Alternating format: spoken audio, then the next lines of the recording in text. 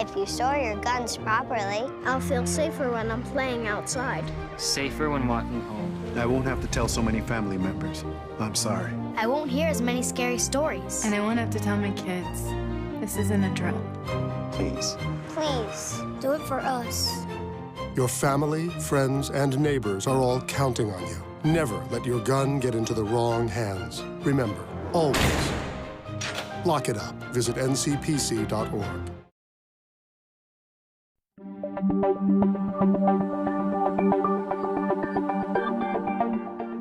In Fairfield County, something new comes across my desk every day. Crimes are committed, cases are solved, and a community is made safe by the hardworking employees of the Fairfield County Sheriff's Office.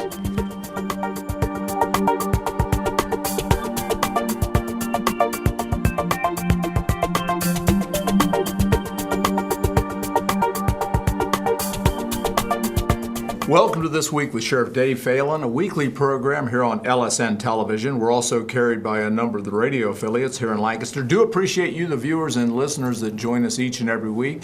This program is actually taped at Fairfield Christian Academy, and the students do a terrific job here each and every week. Our executive producer is Kelly Roberts behind the scenes and does a good job lining the guests up, getting a lot of the questions together, and helps set a number of things to get this program going every week.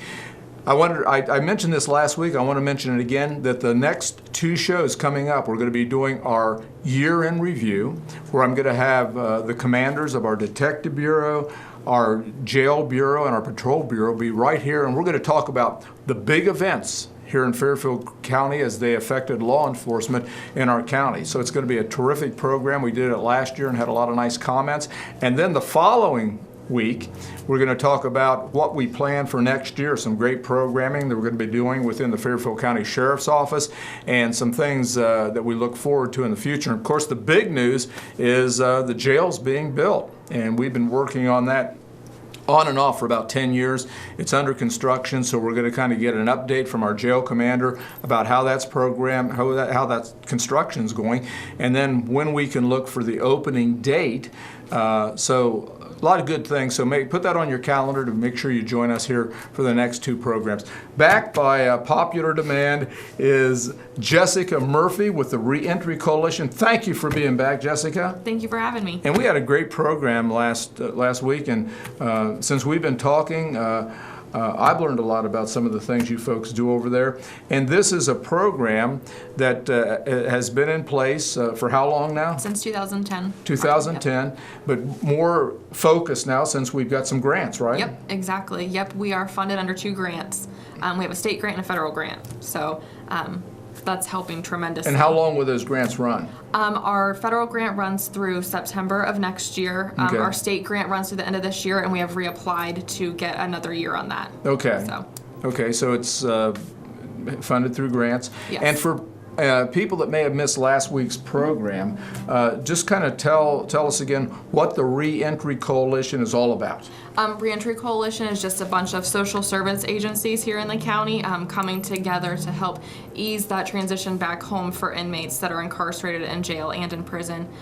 We're going in, meeting with them, we're helping set that transition plan, get them linked up with some services inside and outside of incarceration. I mean, and when you think about it, what a great way, because to work with these people because of the recidivism, and as we mentioned last week, the problems many times is employment, where I'm going to live, how I'm going to get, I don't have clothes, you name it. Exactly. And you'll help with all those issues. Yep, we're able to help them, refer them to the shelters. We're able to, refer them Lancaster Public Transit. We've got clothing at our office. We also refer down to some thrift stores and the local pantries as well. Now, one of the things we mentioned before airtime was you need clothing for these people. Yes. We've got a stock of men and women's clothing right now, but with it getting cold outside and the snow coming, we definitely need some jackets, some nice winter jackets, some hats, and even some blankets. We work a lot with the homeless population, so they're outside and they're cold. So if anyone would like to donate, they can drop them off there at the Main Street Jail and let them know they're for reentry. We would greatly appreciate it. Okay, drop those off. The deputies will be glad to take those in. They drop them off the main jail or a minimum security jail. over there at Wheeling and 33. Yes. Yep. Now, the other thing is, how do you work with as far as the families of the prisoners once they get out? We get calls, emails, anything from family members, just kind of seeing what we do and how we can help their son or daughter. They want to know what resources are available, and if they don't live here locally in the community, they don't really know what there is or what we do, quite frankly. So we tell them, we can get in to meet with them, have them fill out that referral sheet. Based on their out date, we'll get in there, see what they're having their issues with. Do they need some counseling? Do they have a place to go when they get out? If they do they have someone that's picking them up, kind of thing? Get that plan set in place so when they do get out, it can be more of a smooth transition for them.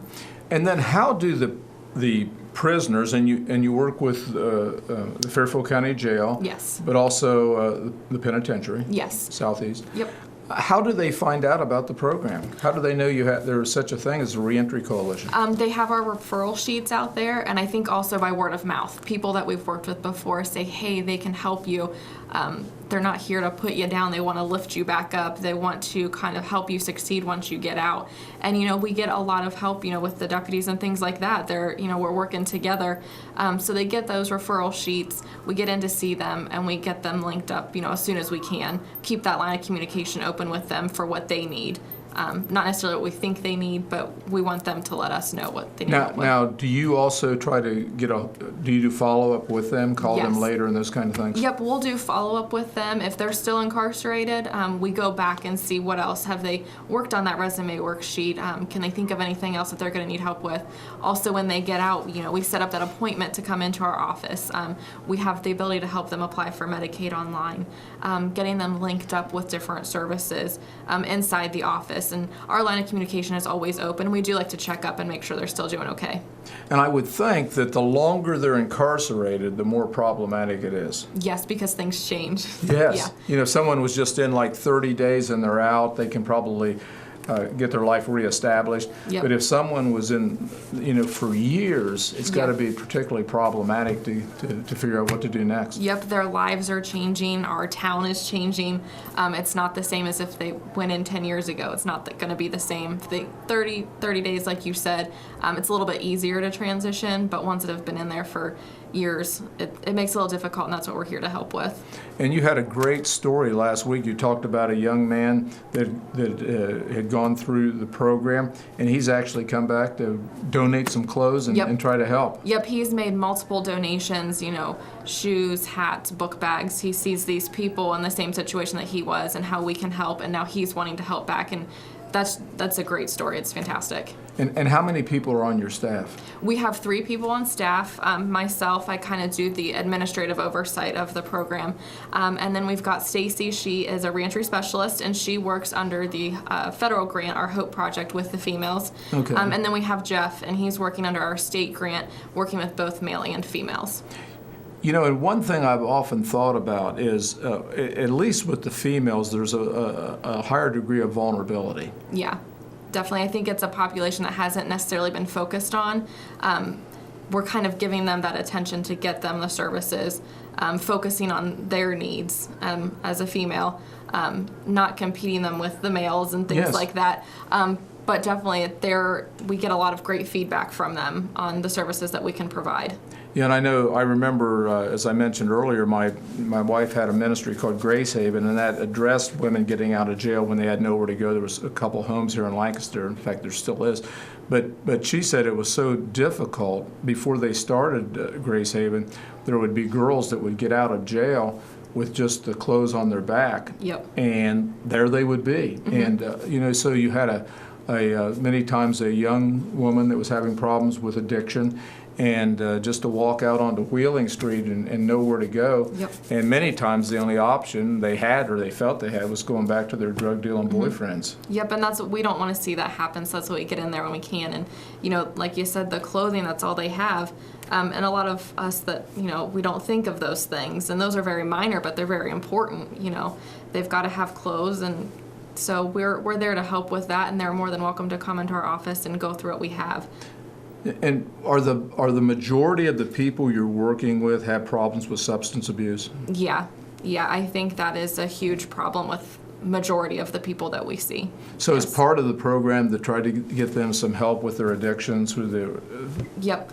We partner with the Recovery Center right now, so under our federal grant, they're able to kind of get linked up while they're incarcerated to get ready to get those services inside and outside of incarceration.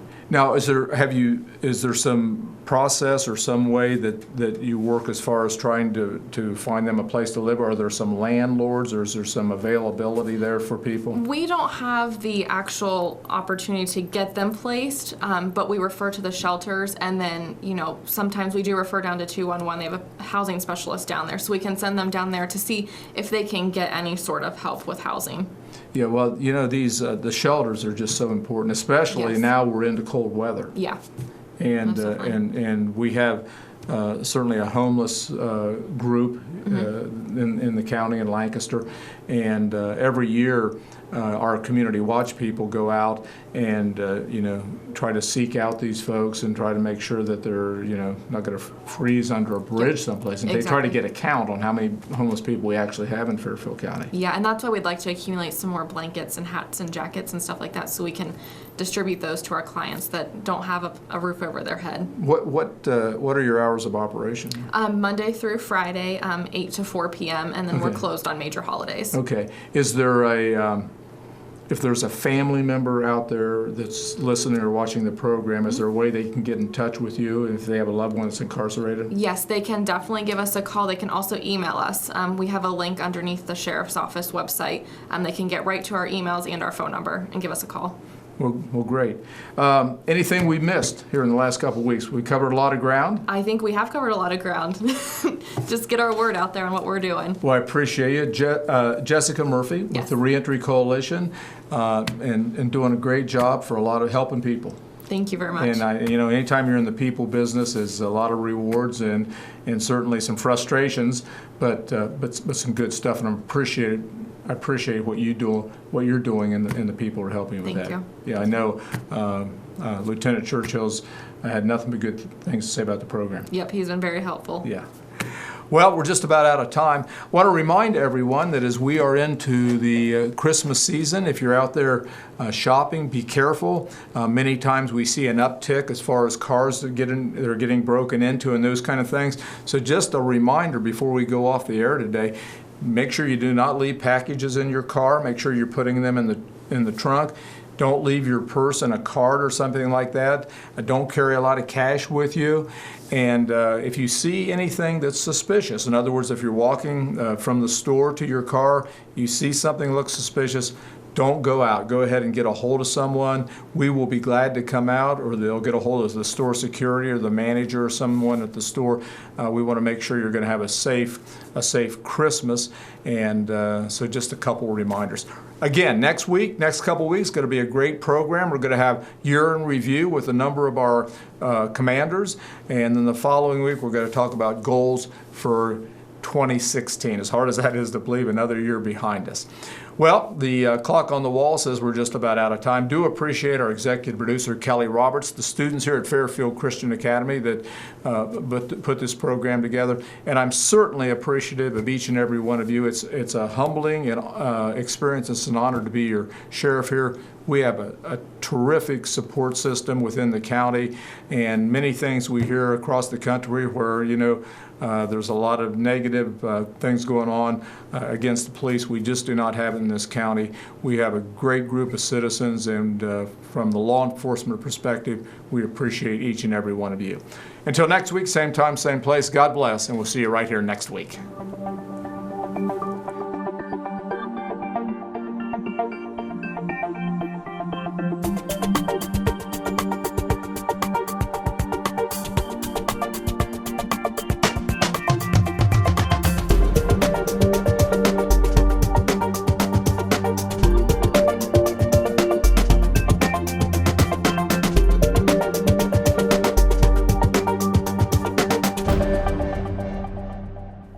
Everywhere that we go, he makes people laugh and makes people smile, and I feel like I have that quality. He's the one who always takes me fishing. I watch golf with him. I watch him cook, because when I grow up, I want to be a cook too. We have the same faces like this. Dad is the one, when you fall, that picks you up. That unconditional sense of presence and reassurance is really what makes him my father.